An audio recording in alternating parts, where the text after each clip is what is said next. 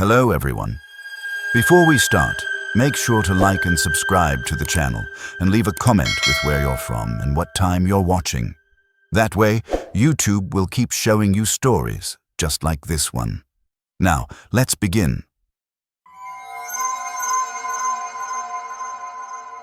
I was 15 when we moved into that house. Small place, end of a gravel road, deep in a hollow somewhere in the Appalachian foothills. The kind of place where the road just stops existing after 6 houses, and ours was the last one, tucked between 2 wooded ridges like the earth had swallowed it up. Jackie lived directly across from us. Maybe in her 30s, kept to herself unless you caught her outside smoking. Everyone else on that road seemed part of the same extended family. It had that feel, you know, tight-knit, closed off. Outsiders didn't just move in very often. At first, I liked it. Peaceful. A change from the noise we'd left behind. But about 2 weeks in, I started noticing the lot just beyond our house. It looked like something used to be there. There was a cracked stone walkway, 2 old brick columns that probably marked where a gate had been, and this sunken patch of earth where a foundation must have been. But now it was just empty. Flat yellow grass, a few scrubby bushes, thick trees crowding in from all sides like the woods were trying to take it back. I asked about it once, just making conversation. Hey, was there ever a house down there?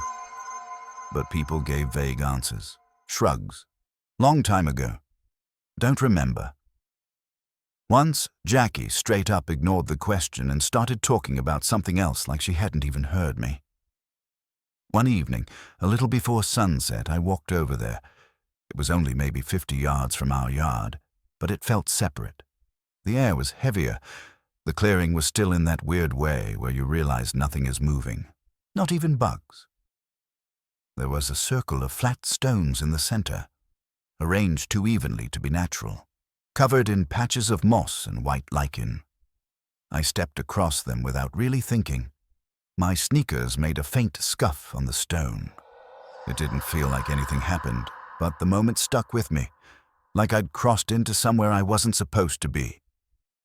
When I turned to leave, I saw her. There was a girl standing just at the tree line, maybe 12 years old. Her coat looked like it had come from a thrift store, 2 sizes too big. Brown hair, stick straight, her hands hanging limp at her sides. She didn't look curious or scared. Just blank. I gave her a small wave, more out of reflex than anything. She didn't move. Hey, I called. You okay? No answer, no reaction. Just those dark eyes watching. I took a step forward, thinking she might be hurt or lost. That's when she turned, quick and quiet, and slipped into the trees. I followed without thinking. I probably shouldn't have. But something about it felt wrong, like she didn't belong out there alone. I called after her, louder this time, brushing branches aside as I went deeper into the woods. I could hear movement ahead, leaves crunching, the occasional snap of a twig, but every time I thought I saw her coat flicker between the trees, she was gone again. She moved too fast. I'm not even sure how. No matter how quickly I tried to catch up, she always stayed just out of reach. Then I realized I couldn't see the clearing anymore, or our house, or any trail. It had only been a few minutes, but everything looked unfamiliar. The silence felt off.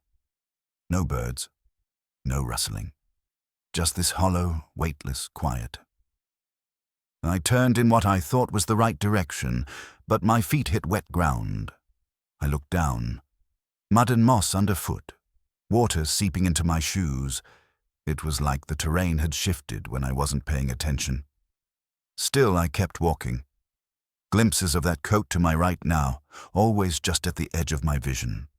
No footsteps, no voice, just that unsettling flicker of movement.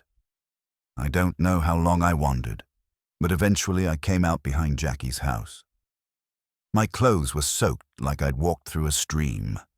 Jackie was on her porch, cigarette halfway to her mouth, staring at me like I'd grown a second head. "You stepped onto that lot, didn't you?" she said. Flat voice. No question in her eyes. Just disappointment. I nodded slowly, trying to play it cool. "Yeah, didn't think it was a big deal." She didn't say anything for a second. Then she crushed the cigarette out on the porch railing and said, "Don't go back there. That place belongs to the Ridge girl." She didn't explain, just went inside. That night our dog wouldn't stop growling. She paced from window to window, hackles up, tail down, occasionally letting out a low whine like she wanted to bark, but didn't dare. I sat on the couch watching her, heart in my throat. Around 2 a.m, I heard a voice, faint but clear. A girl's voice calling from outside. "Come out, come out, come out, come out." I froze, didn't move, didn't breathe. It sounded like she was just outside the front door. I stared down the hallway toward my room, waiting for something to shift or appear. The next morning, Carl was in our driveway before breakfast. No hello, no small talk. "You seen her?" he asked. I hesitated. "Not since yesterday." He nodded like that was what he expected. "If you do, don't look her in the eyes. Don't wave. Don't talk. Just go inside." I asked who she was. He looked away, jaw working. "There was a fire," he said finally. "House used to be on that lot. Her family didn't make it out. I was just a kid, but she comes back, always does, especially when someone new moves in." After that, I avoided the lot. But it didn't matter. The doorbell started ringing late at night, once, then again. But no one was there. I'd hear tapping on the windows. 3 taps, evenly spaced, like a finger or a nail. Our dog refused to go outside at all, even during the day. I started seeing the girl again, watching from the woods, just inside the trees, never stepping forward. Her coat hung crooked on her shoulders like it didn't quite belong to her. Her face never changed. Jackie wouldn't even make eye contact with me anymore. Carl left a jar of black soil on our porch one morning with a stick of sage tied to it. No note, just left it there. Then one night, my little brother screamed. I ran into his room and found him sitting bolt upright in bed, shaking. He said she was in the corner, just watching. Said she smiled at him. Too wide. Like her mouth wasn't built for it, and her feet didn't touch the floor. We left 2 days later. No discussion. We packed everything and drove to stay with my aunt in Kentucky.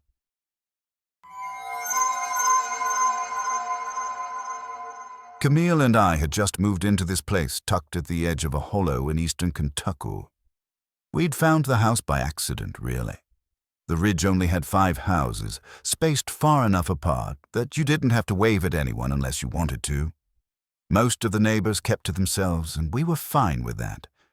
We weren't looking for cookouts or borrowed cups of sugar. Just space, except for the guy across the road. Eldon. He looked about mid-60s, wore the same brown work jacket every day like it was stitched to his skin. He wasn't exactly friendly. Actually, he wasn't anything. He just watched. Camille tried waving at first, gave him a polite smile a couple of times, but he never responded, just kept staring. We stopped waving. I tried not to let it bother me. People are weird. I figured maybe he was just a lonely guy with nothing better to do. But one afternoon in late spring, something about him shifted from strange to unsettling.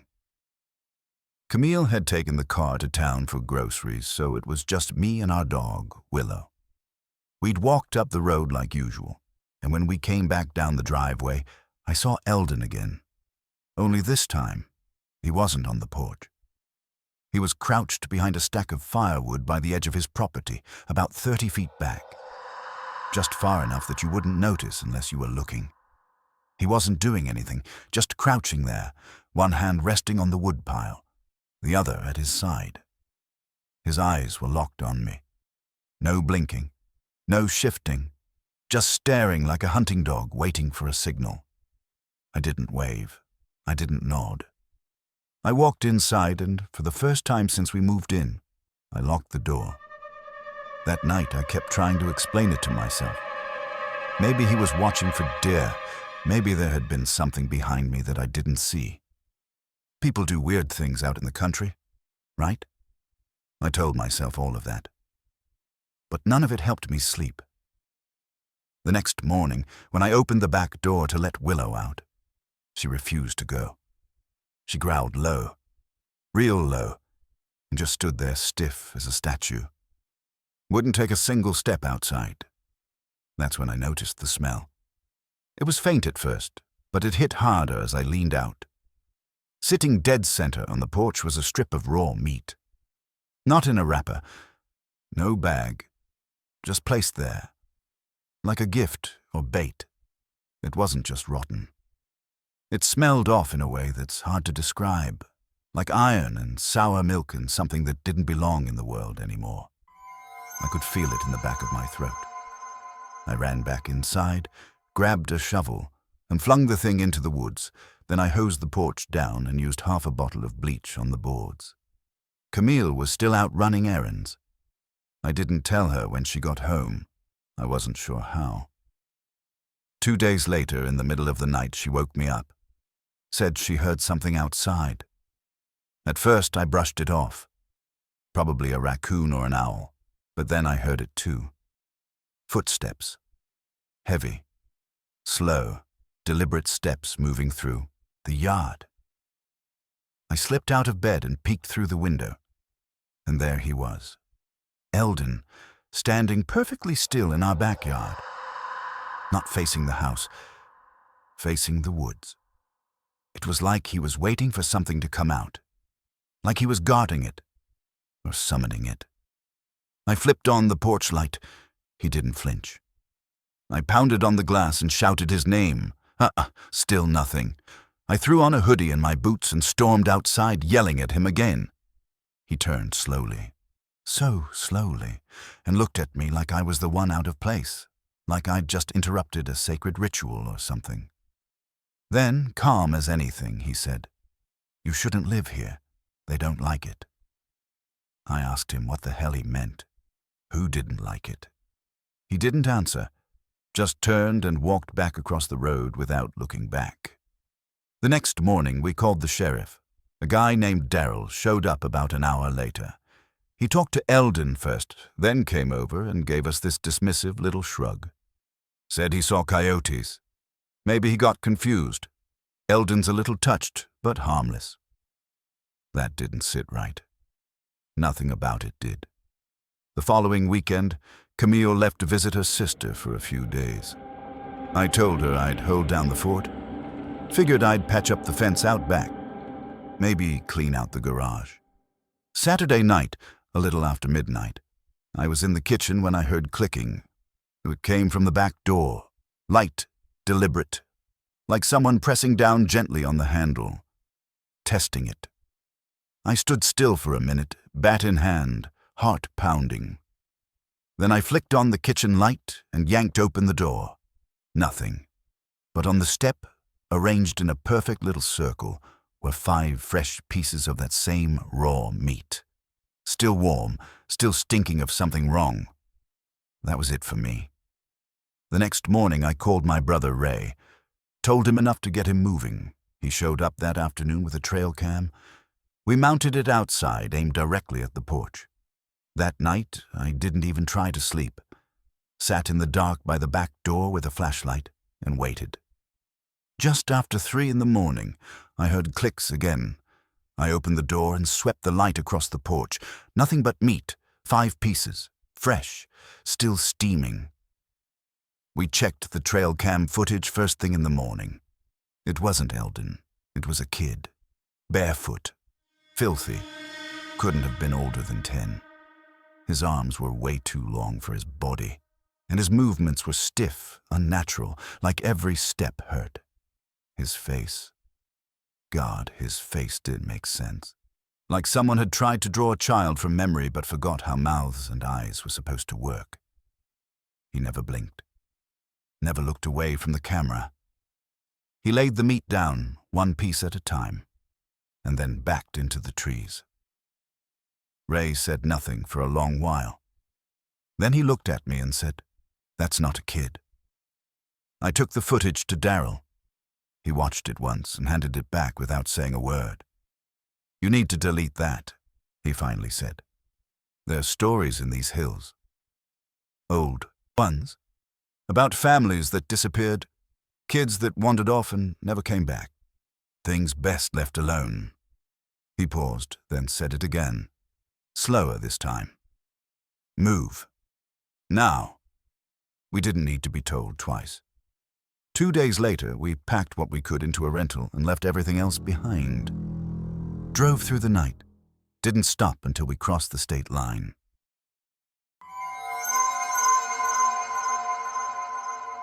My place was one of 6 cramped units in this old, slightly crooked 2-story house sitting off a dirt road just outside a tiny town called La Cage. Most people wouldn't know it existed unless they grew up there, got stuck during a detour, or had a reason to disappear. Rent was cheap, which tells you a lot. The house leaned a little to one side, like it had once braced itself against the wind and never straightened back up. It creaked when you walked too hard inside. When the temperature dropped, the woods around it were dense, thick enough to feel like walls, especially at night. After dark, you couldn't see more than a few feet from your porch without a flashlight. The trees swallowed everything: sound, light, even the little breeze that sometimes wandered up the gravel.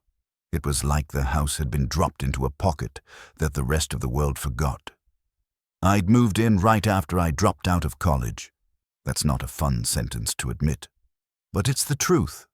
I'd been flunking most of my classes, barely showing up. My savings were a joke, and I didn't want to crawl home and explain it all to my parents. So I got a night job loading trucks at a supply warehouse off Highway 14 and found this place through a guy I met at work. He said it was quiet. He wasn't wrong. Quiet as a grave most nights. I kept to myself, slept during the day, worked nights, tried not to think too hard. Most of the neighbors did the same. The guy across from me was probably in his 60s, had a rusted swing on his porch that squeaked but never got used. Another neighbor in Unit 4 was shirtless year-round and washed his car every single morning like it was his religion. Didn't matter if it was raining. Guy would still be out there scrubbing away at the same dented fender like he was polishing a jewel. Then there was apartment 2. Even early on, something felt off about it. No one said anything direct, but people gave it space. I remember asking one of the older ladies upstairs, Miss Carroll, about the guy living there, and all she said was, "He's quiet," and then changed the subject to her garden like we'd hit a sore spot. I saw him once, maybe twice. The first week I moved in, I ran into him on the stairs. He was tall, really tall and wiry, like someone who used to be strong, but had been stretched out over time. He had this brown work jacket that looked stiff with age, black boots, and a faded trucker cap pulled low. No smile, no words, just this weird little nod. Eyes fixed on the floor like looking at me might burn. That was it. After that, nothing. I never heard his door open, never saw him leave. The blinds stayed shut at all hours. Some of the other neighbors joked he had a collection of bones in there, or maybe a vat of acid in the bathtub. Dumb stuff, the kind of things people say when they're nervous and don't want to admit it. We laughed at the jokes, but that laugh got thinner as time went on. It started small. A few weeks after I settled in, I came home after a shift and found my welcome mat flipped upside down. Figured it was the wind, but the porch was covered. No breeze strong enough to do that. Still, I brushed it off. But then the mat disappeared altogether. Gone one night. When I got back, I thought someone stole it. But the next night, there it was again. Laid out perfectly. Centered like someone had used a ruler. That's when I started locking my door more carefully. I've always been a little paranoid, but this turned it up a notch. I got into the habit of checking the knob twice, sometimes 3 times before leaving. Then one night I came home and found the door unlocked. Not wide open, just undone. That threw me. I stood there for a while staring at it. I didn't go in right away. When I finally did, everything was in place. Nothing stolen, no signs of a break-in. But something about the air felt wrong, like someone had been there and just stepped out. The place had this weight to it. That night I shoved a kitchen chair under the doorknob before going to bed. At around 3 in the morning I woke up to the soft sound of wood scraping, that quiet, drawn-out drag of the chair sliding a few inches across the floor. My body went cold. I didn't move. I stared at the door, barely breathing. The knob hadn't turned. There weren't any footsteps, just that sound, the scrape. Next day, I bought a cheap security camera and a chain lock. Found the cam at a pawn shop. It didn't have any wireless features, just an SD card you had to pop out and check manually. I mounted it right above the door, angled to catch the hallway and anyone passing by. 2 nights later, I decided to check the footage before work. I figured maybe I'd catch the neighbor walking by or some animal. At first, it was normal. The video showed me leaving at 7, locking up, then just static hallway footage for hours. But around 1 in the morning, there was this flicker. For less than a second, the screen glitched, like something passed right in front of the lens, and then it went black, completely off. The feed just stopped. When I got home that morning, the mat was gone again. I knocked on doors that afternoon. No one answered at apartment 2. I left a note. Polite, casual, just asking if he'd seen anything. The next morning, the note was gone. No reply. I started walking around the back of the building, trying to get a look at his windows. All the blinds were sealed tight, but near his back wall I caught the smell. Subtle at first, like raw meat that had been left out too long. Not strong, but off. It clung to the air like humidity. The sound started soon after, always in that same dead window between 1 and 3 in the morning. Scraping, faint knocks. Once I swore I heard someone whispering. I couldn't make out words, just the rhythm of it, like breathing through teeth. I started sleeping with a crowbar on the bed. One night, I pressed my ear against the wall that connected my room to his. I could hear something faint, like heavy breathing, not steady, labored. Then it changed, dragging sounds, low and slow, like something big being hauled across wood. Then silence. I didn't sleep that night. I called the landlord. He gave me the usual. "I'll look into it." Nothing happened. A few nights later, I got home around 3:30 in the morning and found my front door standing open.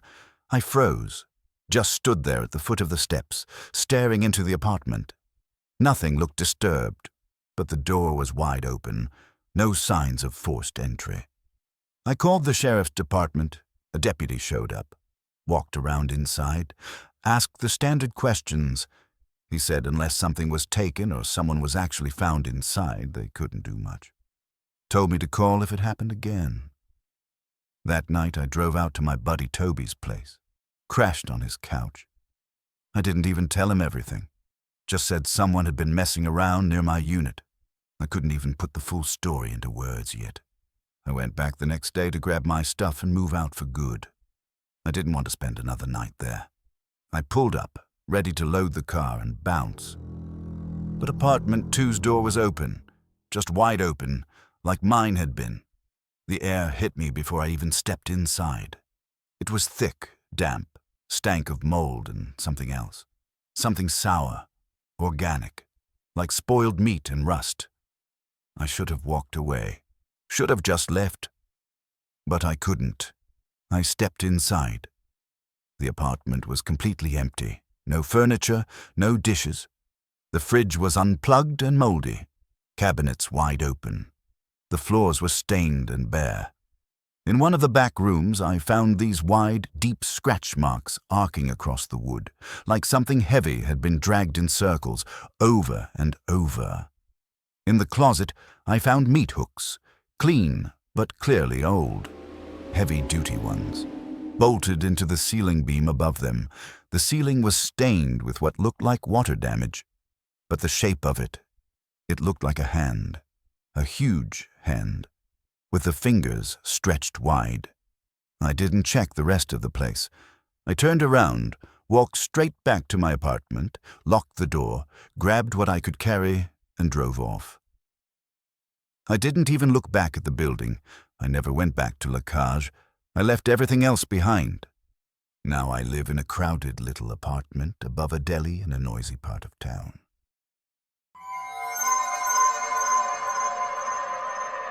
I was 29 when I moved into that house down in Marlow Hollow.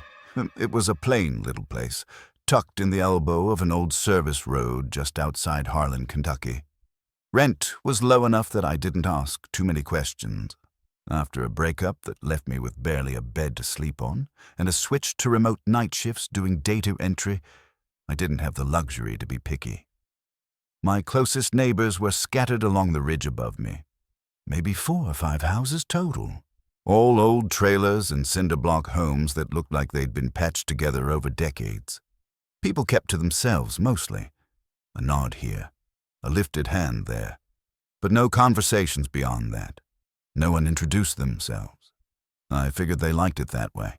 There was one guy I saw more than the others, lived just up the hill past the gravel bend. Trailer with a sagging porch stacked with milk crates and dangling wind chimes that never stopped clinking. He was out there almost every day, smoking, even when the rain was coming in sideways. Pale guy, wiry, maybe mid-50s.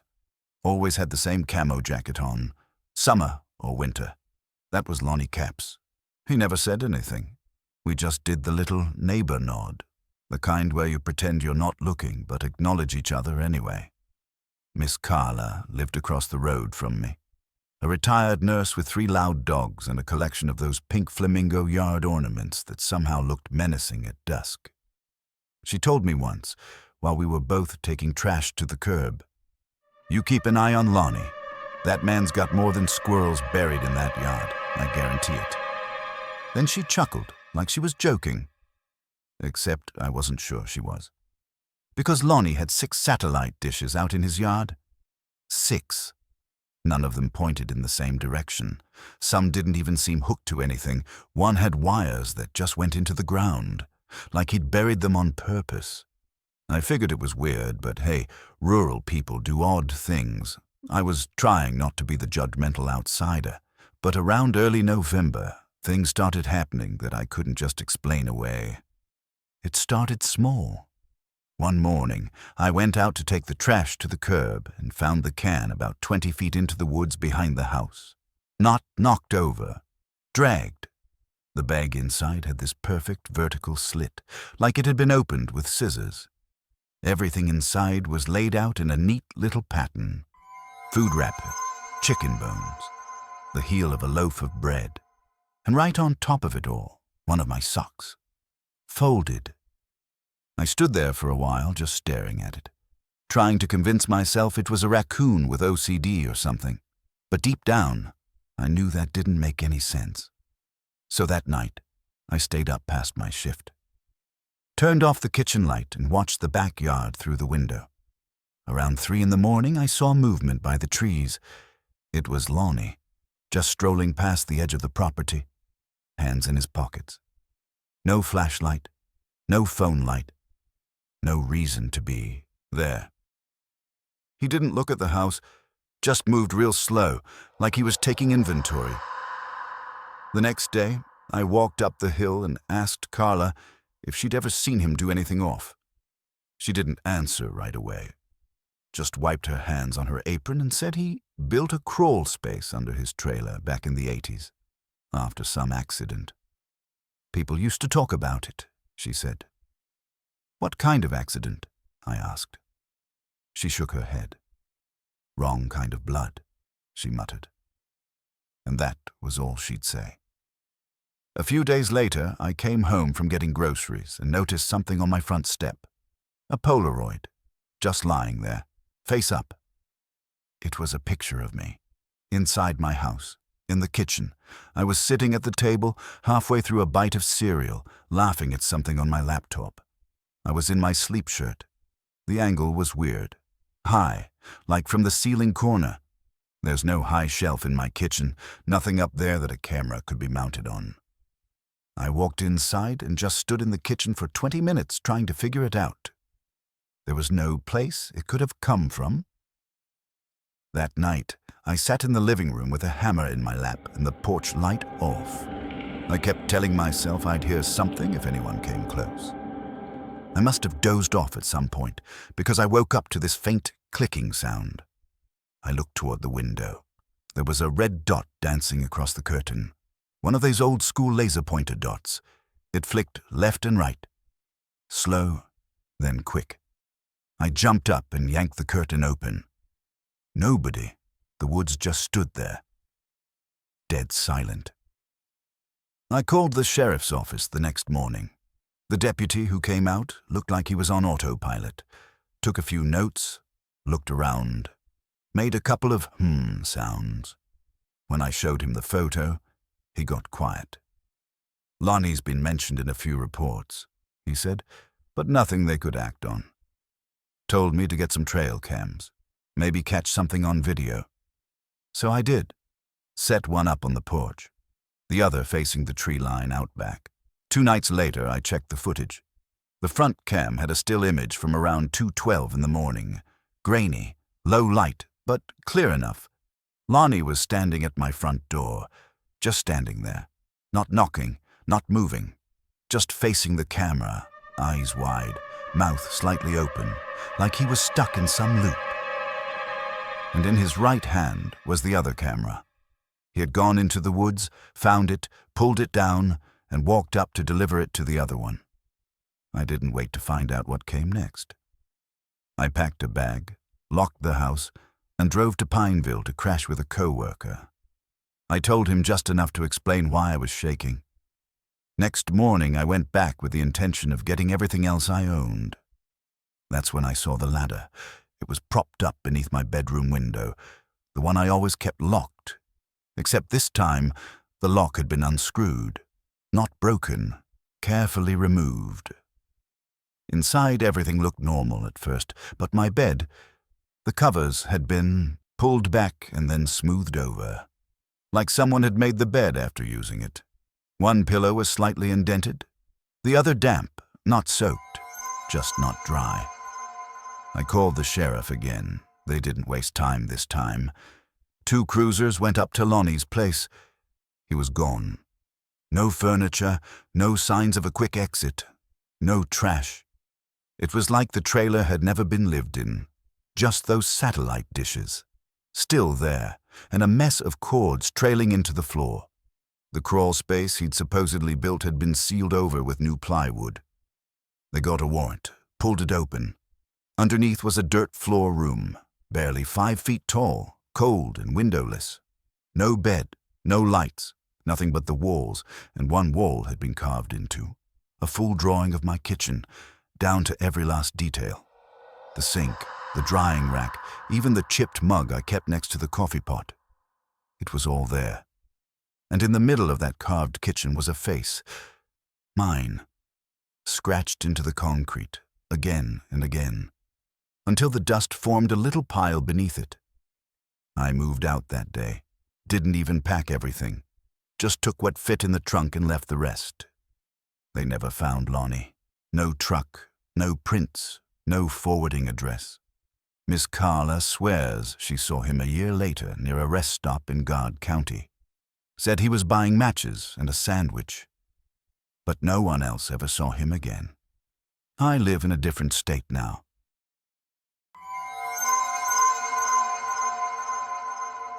We just moved out to a place called Alder Ridge, tucked in a quiet fold of the Blue Hollow Hills, not too far from the Virginia line. My husband Nate had inherited the property after his uncle died. No will, no kids, just left behind a house that no one in the family wanted to deal with. It was older, kind of run down in parts, but solid. We moved in right after Christmas. The air out there felt different, crisp but heavy somehow. I chalked it up to winter. Nate started commuting to Royston for work by mid-January, leaving before dawn most days and getting back late.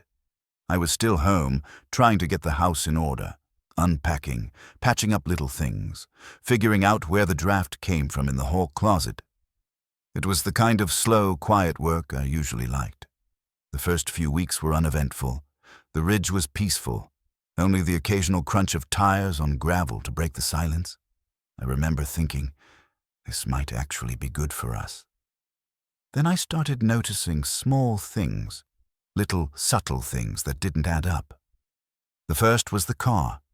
It was a faded blue sedan, probably from the early 2000s. A real beater, dull paint, cracked side mirror, and a busted rear window covered with plastic and duct tape. It drove by the house every single day, just before lunch, around 11. Always the same car, always the same direction. Looping slowly past the house and disappearing around the bend. I didn't think too much of it at first. Could have been someone doing deliveries or checking land up the hill. But the pattern stuck.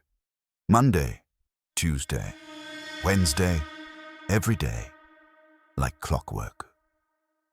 After a week or so, I found myself waiting by the front window without realizing it, watching it pass. It never stopped, never even slowed down at our driveway. But something about it felt off. Too consistent, too deliberate. I brought it up to Carol one afternoon. She lived 2 doors up. Retired. Sharp as hell. And the only neighbor I'd spoken to more than once. She had this wide wrap-around porch and the kind of calm that made you feel like she'd seen worse things than a creepy old car. I told her about it casually, not trying to sound paranoid. But she gave me this long look, then said something I didn't know how to respond to. I used to see that same car back in the early 90s, she said. Same color, same busted window. Drove around here the same way, slow and quiet. Then one day it just stopped showing up. She didn't elaborate, just sort of nodded to herself and went back to trimming the dead leaves off her potted fern. I didn't press her, but it left a bad taste in my mouth. About a week later, I was taking the trash down to the edge of the property right before dusk. There's a narrow trail that leads out from the side yard, lined with trees and overgrown brush. I'd walked it plenty of times by then. That's when I heard it. This sharp snap, like a branch breaking under pressure. It wasn't close enough to jump out at me, but it wasn't far either. Maybe 20 feet into the trees. I stopped mid-step and just stood there, holding the trash bag. My ears strained for any sound after that, but nothing came. No rustling, no footsteps. Just dead quiet. I don't know how long I stood there, but eventually I turned around and walked back up the hill with the trash still in my hand. Tossed it in the bin by the porch. Didn't sleep much that night. 2 days later, I was making coffee when the car came by again, but this time it stopped. It rolled just past our driveway and hit the brakes. The red glow of the brake lights lit up the trees in this eerie way that made me feel exposed, even inside. I ducked behind the curtain and watched. No one got out, no movement inside, just the lights sitting there. 3 minutes passed, then it rolled on like nothing happened. That night, I told Nate to put up a motion sensor light out back. He did it the very next day. It worked fine when we tested it. Stayed off all night. Then, 3 nights later, it went off at 2 in the morning. I sat up straight in bed, heart pounding. Nate got up and checked through the back door window. Nothing was there. No sound. No movement. Just the yard lit up in bright white light, and then 5 minutes later, total darkness again. He shrugged it off, said it was probably a deer, maybe a raccoon. I nodded, but something inside me didn't buy it. The next few days, I started noticing other things. One morning, I found the shed door wide open. It had been latched the night before. I was sure of it. Another afternoon, the back gate was unlatched and swaying slowly. I hadn't touched it in days. Then came the boot prints. I'd run to town for groceries. Just gone for maybe an hour. When I got back, I noticed the dirt by the side of the house looked different. Soft, like someone had walked across it recently. And there were prints. Large. Deep ones. Headed straight toward our bedroom window. We didn't own boots. I called Nate over and showed him. He looked uncomfortable. Said it was probably the utility company reading the meter. Except we didn't have an outdoor meter. That evening, I walked up to Carol's place. Nate was working late, and I didn't want to be alone. We sat on her porch and watched the last bit of sun slip behind the ridge. I told her everything, every weird little detail. She didn't laugh. She didn't interrupt, just sat there listening. Then she said, "You check under the house?" I blinked at her. "The crawl space," she added. "Could be nothing, but you should look." I didn't ask why. Didn't want to know what made her say that. The next morning, I opened the access panel around back and peered into the crawl space. It was musty and dark. Smelled like wet dirt and insulation. At first, I didn't see anything. Then I noticed the corner near the air vent looked disturbed, like the dirt had been shifted around. I crawled in. There were cigarette butts, an empty plastic bottle, a ratty, half-rotted blanket bunched up against the wall. Someone had been sleeping under our house. I backed out without saying a word and locked the door behind me. Called Nate, called the sheriff. They showed up and looked around, but by then the crawl space was empty. No one there, no prints, nothing left but the trash. They took notes, filed a report, and told us unless someone actually broke in, there wasn't much they could do. That night I stayed up. I didn't tell Nate, but I put the biggest knife we owned next to the bed. 2 days passed. No lights, no noise. Then on the third day, I opened the front door to grab a package and froze. There was a squirrel lying on the step. Its neck was twisted unnaturally. Eyes missing, no blood, no mess. Just wrong. I stepped back into the house, locked the door, and stood there for a full minute before I moved. Tried to call Carol. No answer. That night, Nate drove up to her house to check on her. Called me from the porch. Said the lights were off. Her car was still there. No answer at the door. We called the sheriff again. They broke in. She was there. She was okay, but shaken.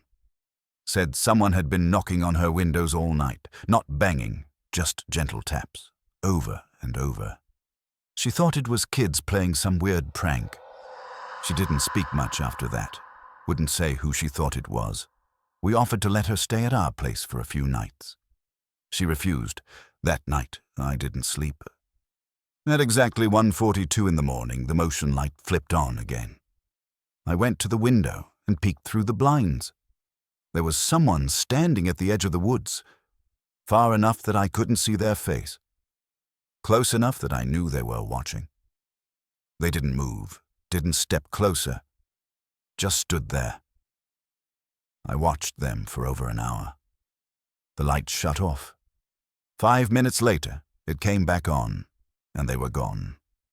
The next morning, I told Nate we were leaving. No discussion. I said we had to go. He didn't argue. We packed bags, grabbed what we could carry, and drove to his sister's place in Ohio. If you're still listening, you probably enjoy stories like this. A like or a comment helps keep them alive.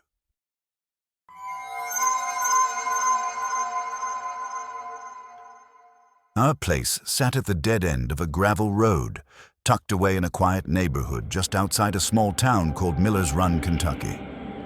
There were only a handful of houses nearby, maybe 5 or 6, and they were all spaced out with long driveways and thick patches of brush between them. That summer, I started spending time with a kid named Tyson. He was one of the few people even close to my age who lived nearby.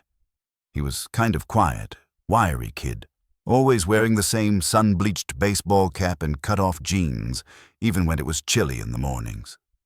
He lived about 2 houses up from us, which in our area meant almost a quarter-mile away.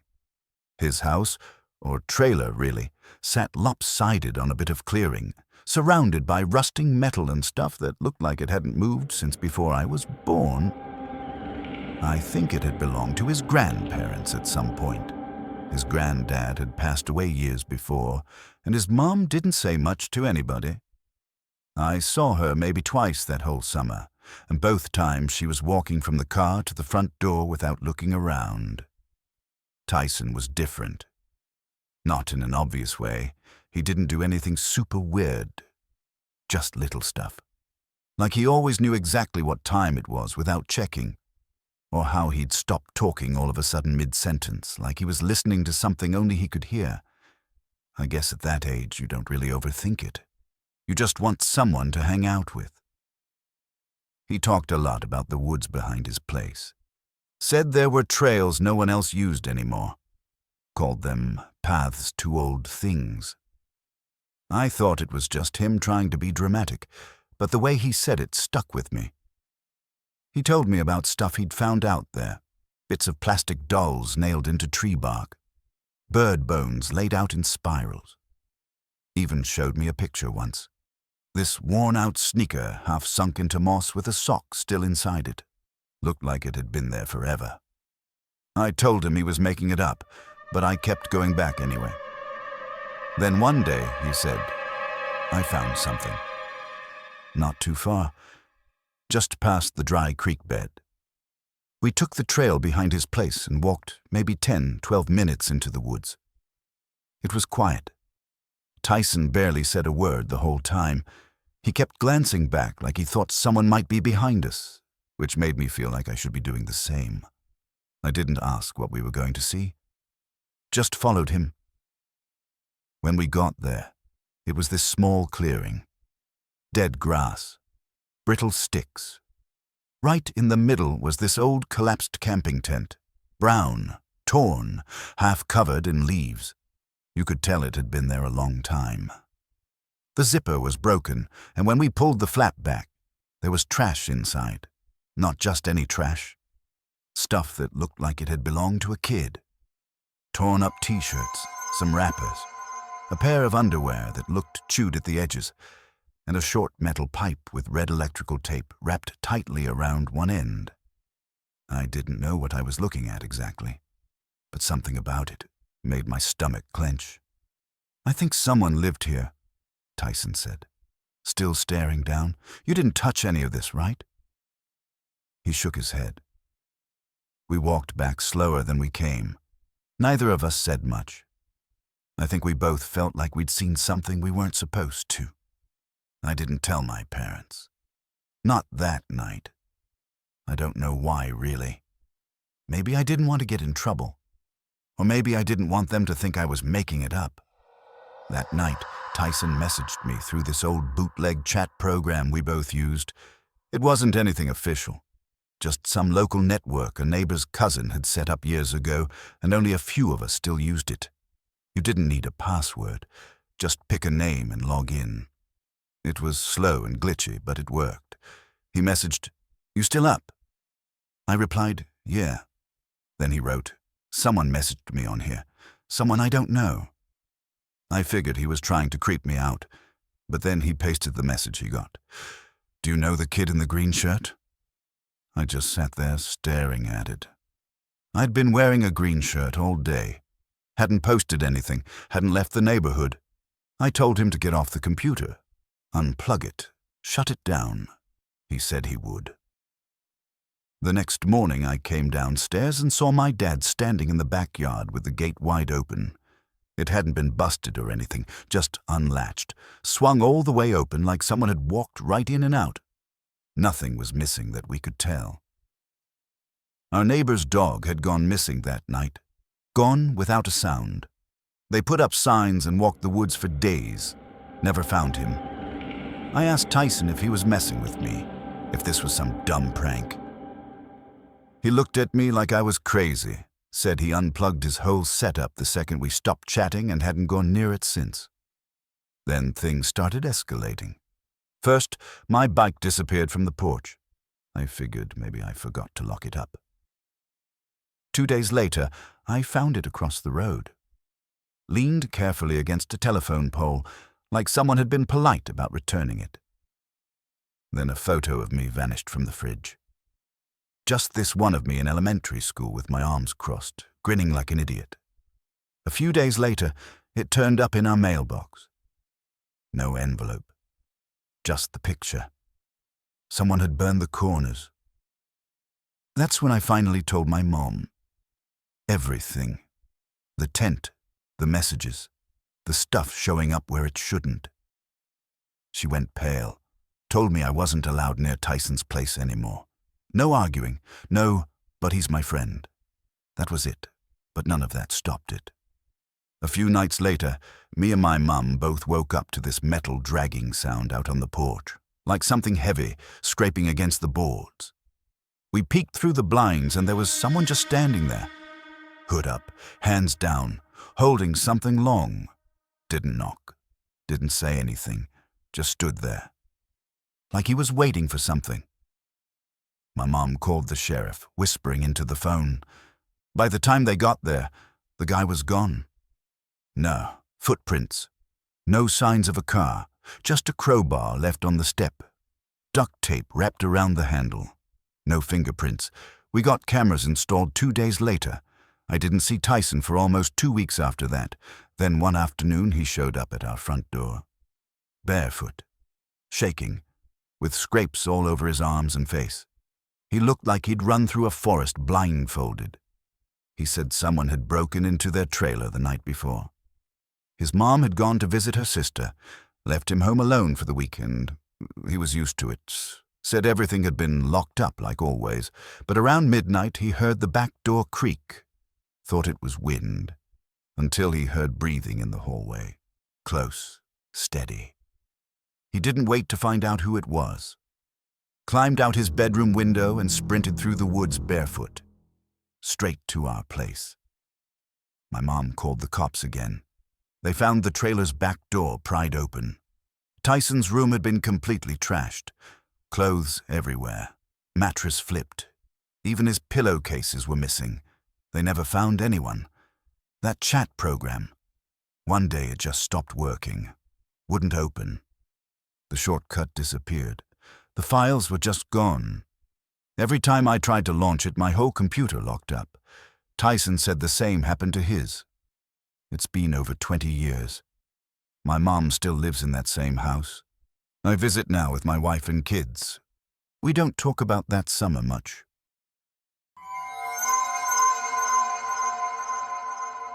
We just moved to this quiet little ridge in northern Georgia. Behind every house was the same dense patch of forest, tall and silent, like it had been there long before anything else. My parents were thrilled about the place. It was secluded, peaceful, and most importantly, cheap. They kept saying how it was a fresh start, which is something people usually say when they've run out of other options. The people already living there weren't exactly friendly, but they weren't rude either. They just sort of kept to themselves. No one came over to say hello. No one offered casseroles or handshakes. It wasn't like in movies where a neighbor shows up with a pie and a warning. Everyone just stayed inside and minded their business. My parents liked that. I didn't. The first weird thing I noticed was with the guy across the street. Mr. Kent, white hair, heavy-set, lived alone. I think he used to work on cars or maybe owned a garage. Always had oil stains on his driveway and a rusted toolbox next to his porch swing. Every day around sunset, he'd sit outside with a beer, watching the woods, with his little mutt barking at every squirrel that dared to breathe too loudly. But one evening, he wasn't on the porch. I spotted him out back, just past the edge of his yard, standing right at the tree line. He was facing into the woods, not moving, not doing anything, just standing. His dog was next to him, but not barking. It was whining, really low, nervous, with its ears pinned back and its tail stuck between its legs like it wanted to run but didn't know where to go. I watched from my window for maybe 10, 15 minutes.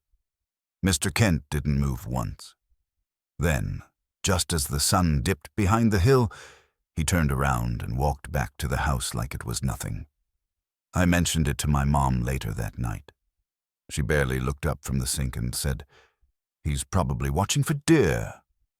And that was that, but he kept doing it. Same place, same posture, every few days. At first, it just felt like a quirky old man thing. Maybe he liked the quiet. Maybe it helped him think. But then it started spreading. About a week later, I saw Miss Raylan down the street doing the same thing. She was in her 70s, I think. Always had her radio playing some scratchy gospel station. She used to hang wind chimes on her porch that clanged every time the wind picked up, which was often. But that day, there was no music, no chimes. She was at her back fence, hands gripping the top rail like it was the only thing keeping her upright. Hair unbrushed, shoes missing, just locked onto the woods with that same frozen stare. I remember how tight her knuckles looked, white as chalk. I don't even think she blinked the whole time I watched her. That was also the first time I realized how quiet everything had gotten. No one mowing, no hammers, no dogs barking, no wind even. Just the long, droning buzz of cicadas in the distance, as if they'd backed away too. That night around 3, I was sitting in the kitchen with a bowl of cereal. I couldn't sleep. Something about the way the air felt in the house made my skin itch. My dad came in, rubbing his eyes, hair all messed up. He poured himself some water and stood there for a second, just staring at the sink like he forgot why he came in. Then he muttered, "Thought I heard whispering in the yard." I looked up from my cereal. "What?" He blinked a few times. "I don't know. Dream, maybe." Then he walked off. Didn't say goodnight or anything. That was when the tension in the house really started to build. It was like we all felt it, but no one wanted to be the first to say something was wrong. Even my mum, who normally made fun of stuff like that, started double-checking the locks every night, then triple-checking them. She started keeping a flashlight next to her bed. She never said why. By the end of that week, 4 houses had someone standing out there, watching the woods. Always alone. Always at different times. No one ever went past the tree line, though. Just stood right at the edge, facing forward. Nobody mowed anymore. Nobody came or went. No mail trucks. No garbage pickup. I stopped seeing birds. Even the dog across the street didn't bark anymore. It felt like the whole ridge was slowly curling in on itself.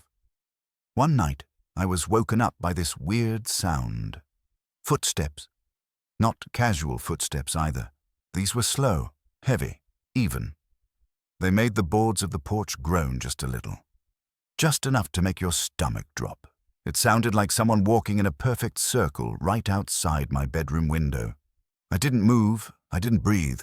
I just stared at the ceiling and tried to count how many steps it took before the pattern repeated. When I finally worked up the nerve to look the next morning, I saw the dirt beneath my window had been crushed in. Circular, deep boot prints, like someone had paced there for a long time. That day I saw Elijah. He was 10, lived next door, standing in his yard, same posture, same frozen look. He wasn't blinking. His jaw was slack. I called out to him. Nothing. His mom came out and grabbed his arm. He jerked away like she was a stranger, then turned back to the trees. She didn't try again. That was when I realized no one was talking about it. No concerned neighbors, no gossip, no yelling, just silence. Like it wasn't happening at all. And then came the lights. It was late, after midnight. I couldn't sleep, so I sat near my window, watching the trees like I had been doing for weeks. That's when I saw the flicker. At first, I thought it was a firefly, but then it moved. Smoother, steadier, almost like someone holding a lantern way out between the trees. It darted in and out, slipping between trunks without casting shadows. Then another light appeared. Then another. I leaned closer and realized they weren't floating. They were being carried, and I could see them now. Shapes. People, maybe. Moving through the woods in a way that didn't make sense. They didn't follow a path. They just moved, like they knew exactly where to step. And the forest moved around them. One of them stopped, turned, faced our house. The rest kept walking, their lights bobbing between the trees. But this one just stood there, staring. Then the porch light turned on. My stomach dropped. I looked down and saw my dad standing in the open doorway, barefoot, eyes unfocused. He walked outside like he didn't even realize he was doing it. I shouted, loud. He didn't flinch. I ran to the front door and yanked him back inside by the arm. He stumbled a little, blinking like someone had just shaken him awake. He didn't ask questions, just let me lock the door again. When I looked out the window, the shape was gone. The next morning, 3 houses were silent. Mr. Kent's, Miss Raylan's, Elijah's. No cars gone, no doors open, no signs of packing. The lights never came on again. That night, my mom stuffed bags with whatever she could grab. My dad started the car. Nobody argued. Nobody explained. We drove away while the sun was still up. We never told anyone, never filed a report, never talked about it again.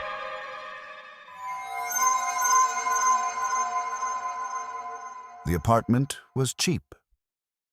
Not suspiciously cheap, but enough to raise an eyebrow if you weren't desperate. I was desperate. Just out of school, scraping by on overnight shifts at a shipping hub in Fremont, and I needed somewhere I could sleep during the day without hearing neighbors yelling through paper-thin walls. The whole neighborhood had this forgotten feel, weathered fences, cracked pavement, yards that hadn't seen a lawnmower in years. But it was quiet.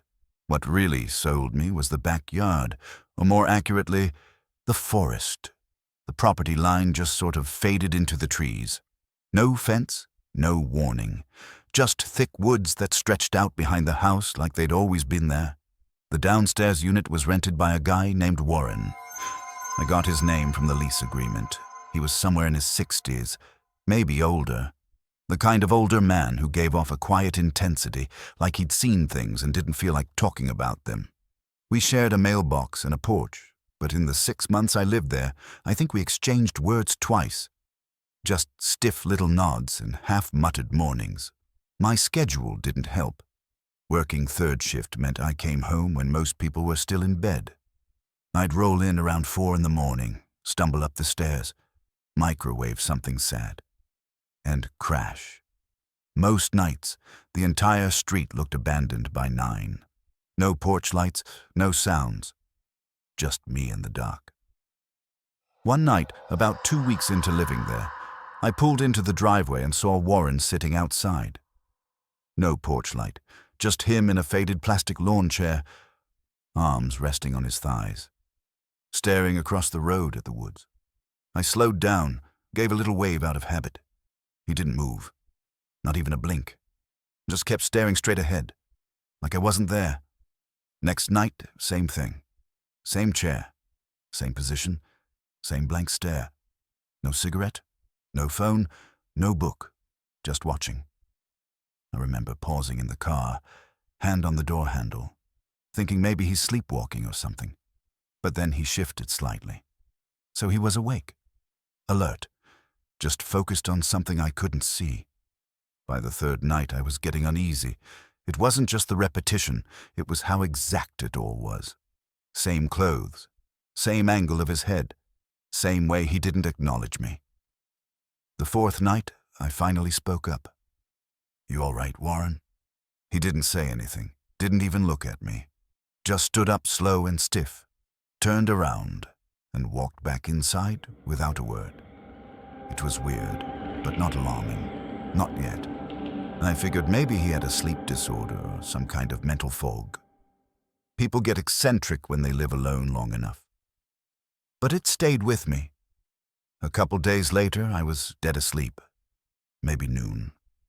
Maybe a little after. When someone knocked on my door. Hard.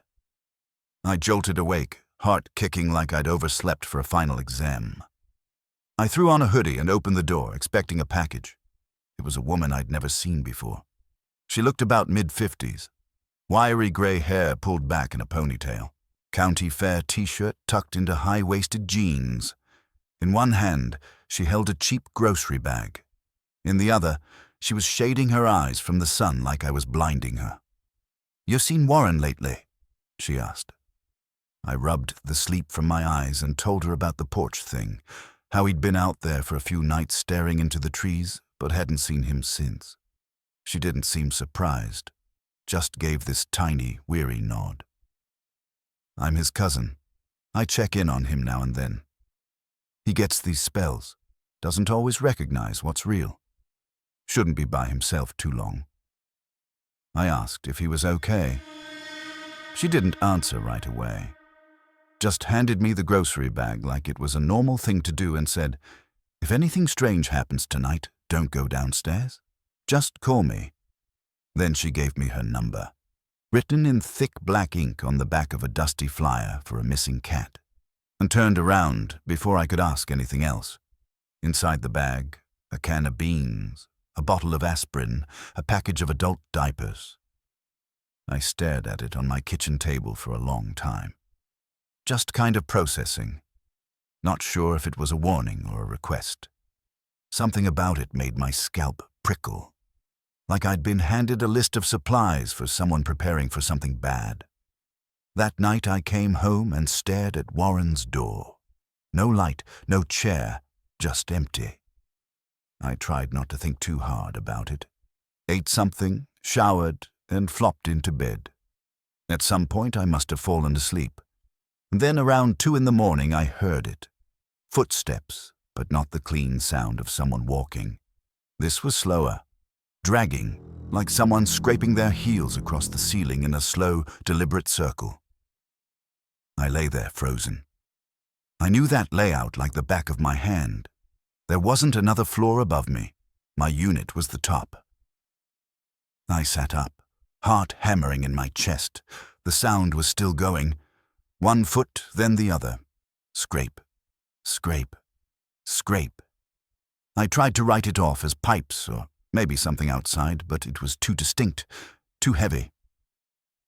I got out of bed and stood in the hallway, directly under where I thought the sound was. Just stood there in the dark, listening. It didn't stop, not for 20 straight minutes. Finally, I went downstairs and knocked on Warren's door. Light at first, then harder. No answer. I stood there for a minute, then remembered the number. I called the cousin. She picked up on the first ring. "No, hello, just, I'll be there in 10. Don't go back inside." That was it. She pulled up a few minutes later in a battered red pickup and climbed out with a ring of keys and a small red flashlight that looked like it came from a glove box. She didn't waste time. We went into Warren's apartment and it hit me instantly, this awful, sour smell, like wet magazines and expired meat. The living room was a hoarder's den, stacks of canned food, jars with faded labels, piles of newspapers that looked fused to the floor. She called his name, checked the bedroom, the bathroom. Nothing. Then we both heard it. The sound again. Scraping, dragging. This time, right above us. She turned and looked at me. "There an attic in your place?" I told her no, but then I remembered the hallway hatch I'd never paid attention to. It had one of those pull strings with a little wooden knob. We went back upstairs. She yanked it open. The ladder dropped with this groaning creak that echoed down the hall. The smell. God, like wet dog fur and iron and something else I couldn't place. My stomach turned. She went up. I held the ladder, staring into the dark above, listening to her flashlight beam click on and sweep around. Then after maybe 30 seconds, her voice floated down. "He's up here." I asked if he was all right. She said, "He's breathing, but you need to go. Right now." I didn't argue, just backed away. Down the stairs, out the door, into my car. I slept in the driver's seat that night, engine off, keys in my lap, watching the front door like it was going to open. When I came back the next morning, her truck was gone. Warren's porch light was on again, and taped to my door was a receipt from a hardware store, I think, with a message written in permanent marker. Don't ask questions. Don't open the hatch again. If you hear him walking, don't answer. I moved out by Friday. Didn't clean. Didn't pack right. Just shoved things in boxes and got out. The landlord didn't blink when I dropped off the keys. I think he knew better than to ask.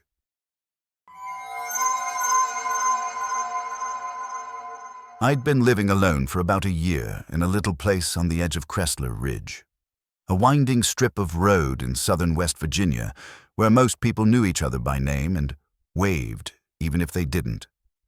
My house sat about halfway up the slope, a squat rental with chipped blue paint, a warped porch, and a backyard that disappeared into a wall of trees.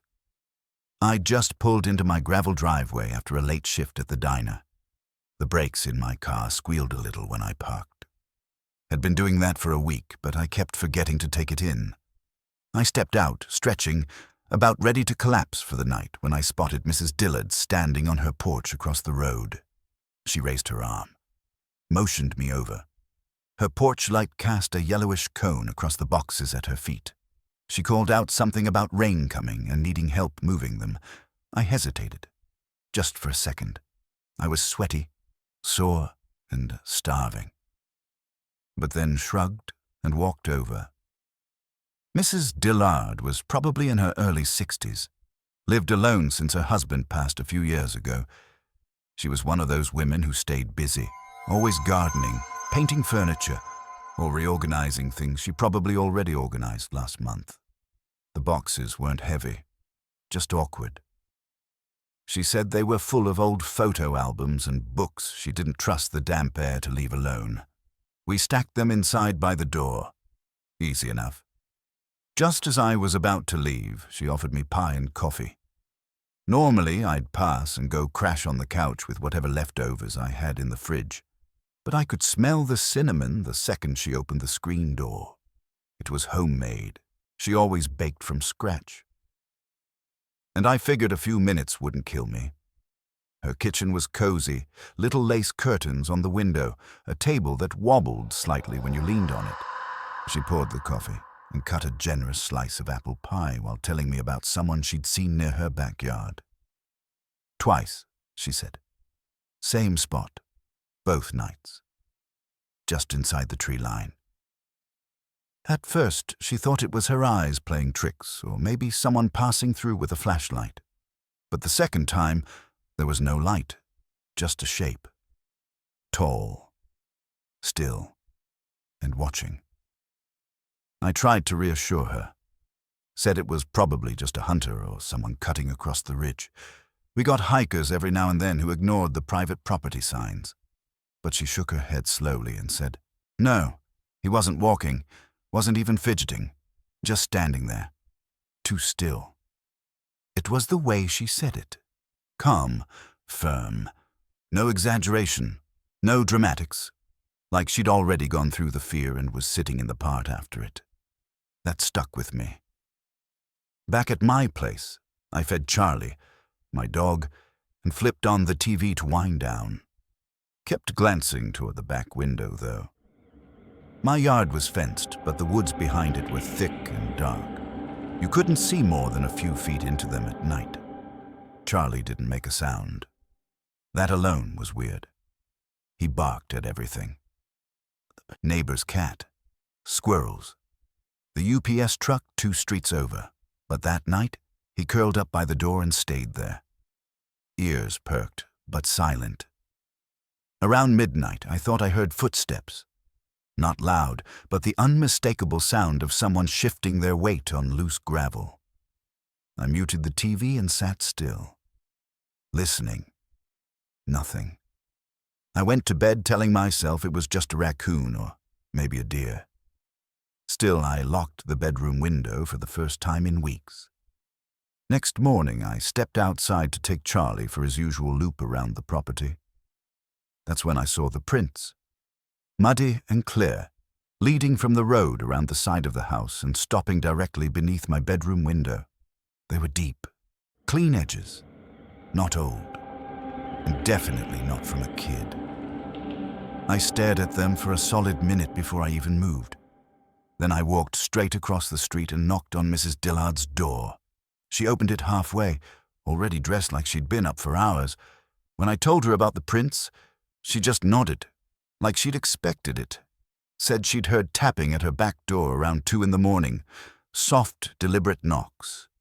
She didn't check. We called the sheriff together.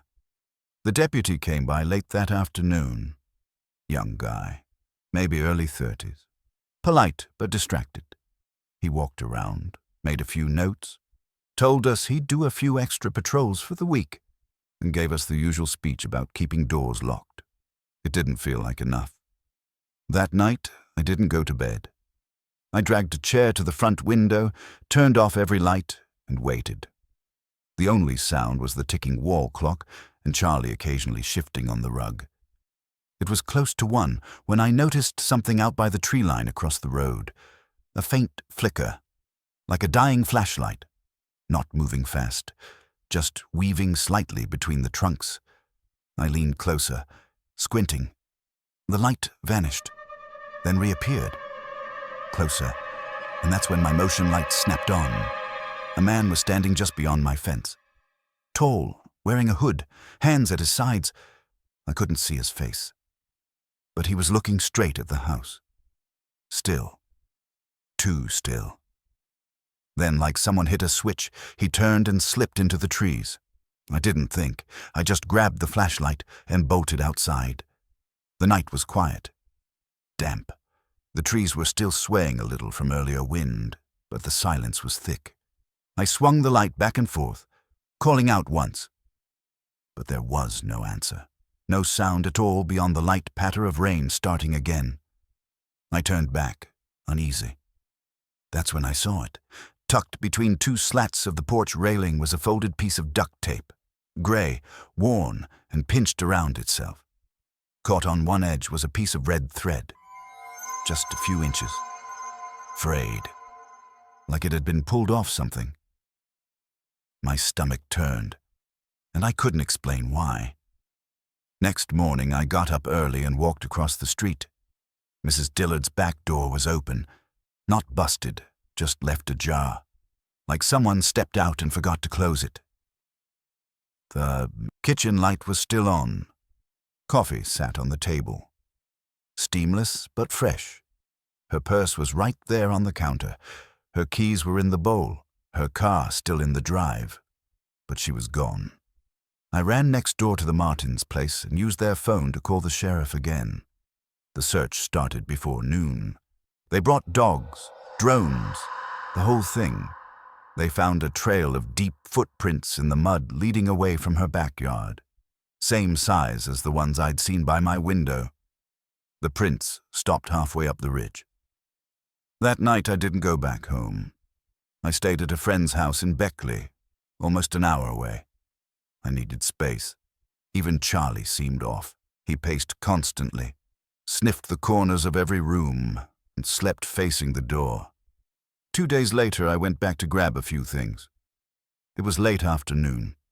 The house felt cold, even with the heat on. As I was heading back out, I noticed something on the edge of the woods, a fresh piece of wood nailed to a tree. It hadn't been there before. Not weathered. No moss. And wrapped around it, knotted tight, was more of that same red thread. Since then, every few weeks, I find another piece of duct tape. Same kind, same thread. On the fence post, inside my mailbox, tucked into the slats under the porch swing, once stuck to the glass of the back door. They never found Mrs. Dillard. The official story is that she wandered off, got disoriented. Bad weather, wrong place, wrong time. But I still live here. I've seen too much to buy that now. I don't go outside after dark. I don't open the door after 10. I don't help anyone move boxes, and I definitely don't ignore the small stuff anymore.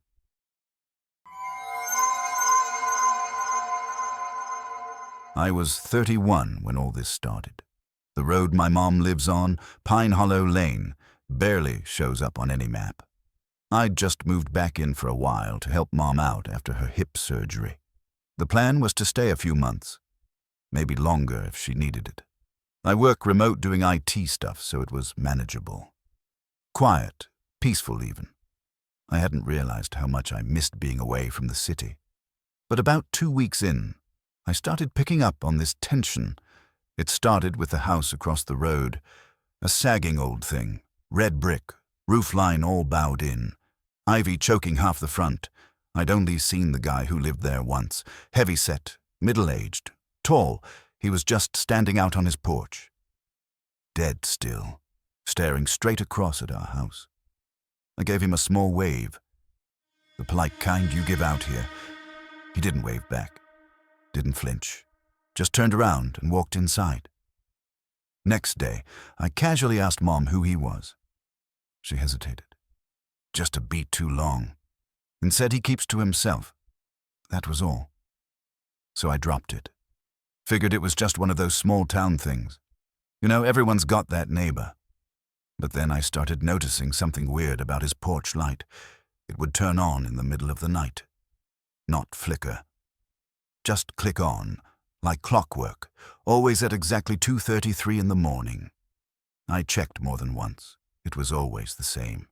Bright as a spotlight, slicing through the dark, but I never saw any movement. No one stepping out or going in. One night I stayed up just to watch. 2:33. Sharp. The light popped on. The rest of the house was pitch black.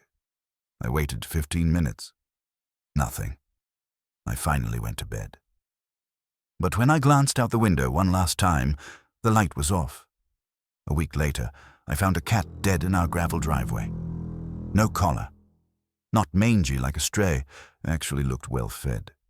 Neck bent at a weird angle. Clean, too. No blood, no dirt, just wrong.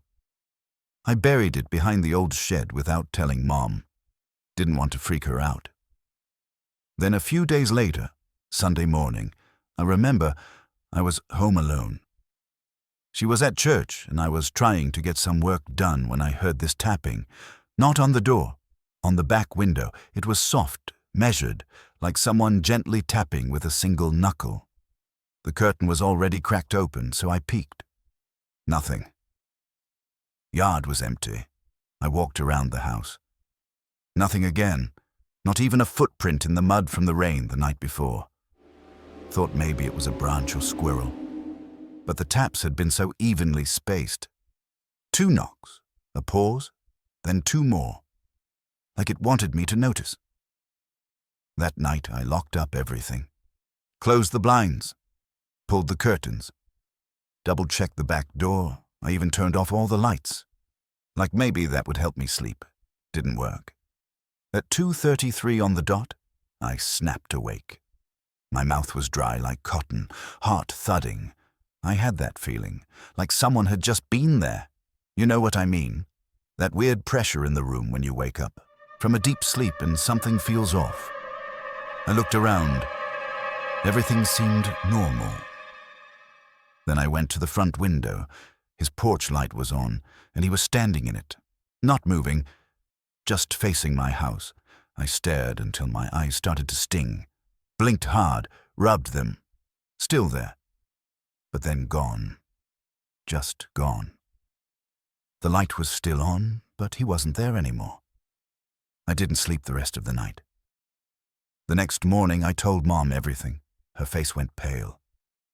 She sat quiet for a while, stirring her coffee like she forgot she was doing it. Then she said that house sat empty almost a year before he moved in. I waited for her to keep going. She didn't. So I asked, and she sighed. Before him, there was a woman named Carmen. Nice lady. Kept to herself, too. She was found dead in the woods behind her place. They said it was animals, but she trailed off. I leaned in. But what? She looked me dead in the eye. I don't think it was animals. Later that day, I drove into town, spent a couple hours at the library digging through old news articles.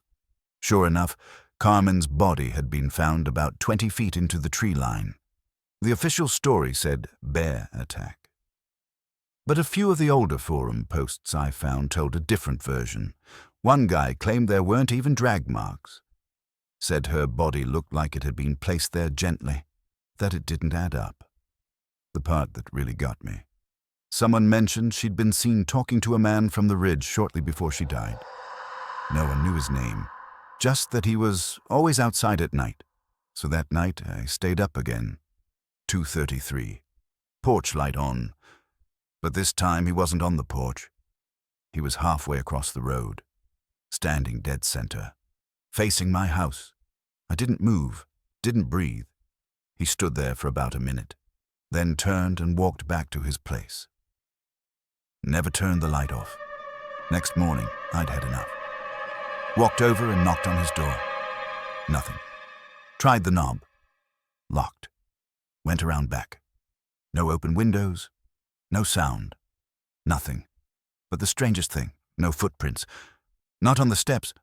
Not in the dirt. Nowhere. I called the county sheriff. They said they'd swing by. Never heard back. Apparently, the guy was known for keeping to himself. Didn't bother anyone. No record. I thought about leaving. Honestly, I was ready. But Mom needed me. And I felt guilty. So I stayed. Kept the windows locked, blinds drawn. Then one night I woke up to scratching from the attic. I grabbed my flashlight and climbed up. Dust. Old boxes. Cobwebs thick enough to grab your sleeves, and a rocking chair, facing the attic window. That hadn't been there before. And in it, someone sitting, wearing my mom's robe. Same silver hair, same posture, except I'd just seen her downstairs. Talked to her right before bed. This person's face was wrong, blank, not empty like missing, more like unfinished, like someone stopped halfway through making it. The chair rocked gently, back and forth, no sound, just motion. I didn't say a word, didn't even breathe, just backed down the ladder, real slow, and shut the attic door.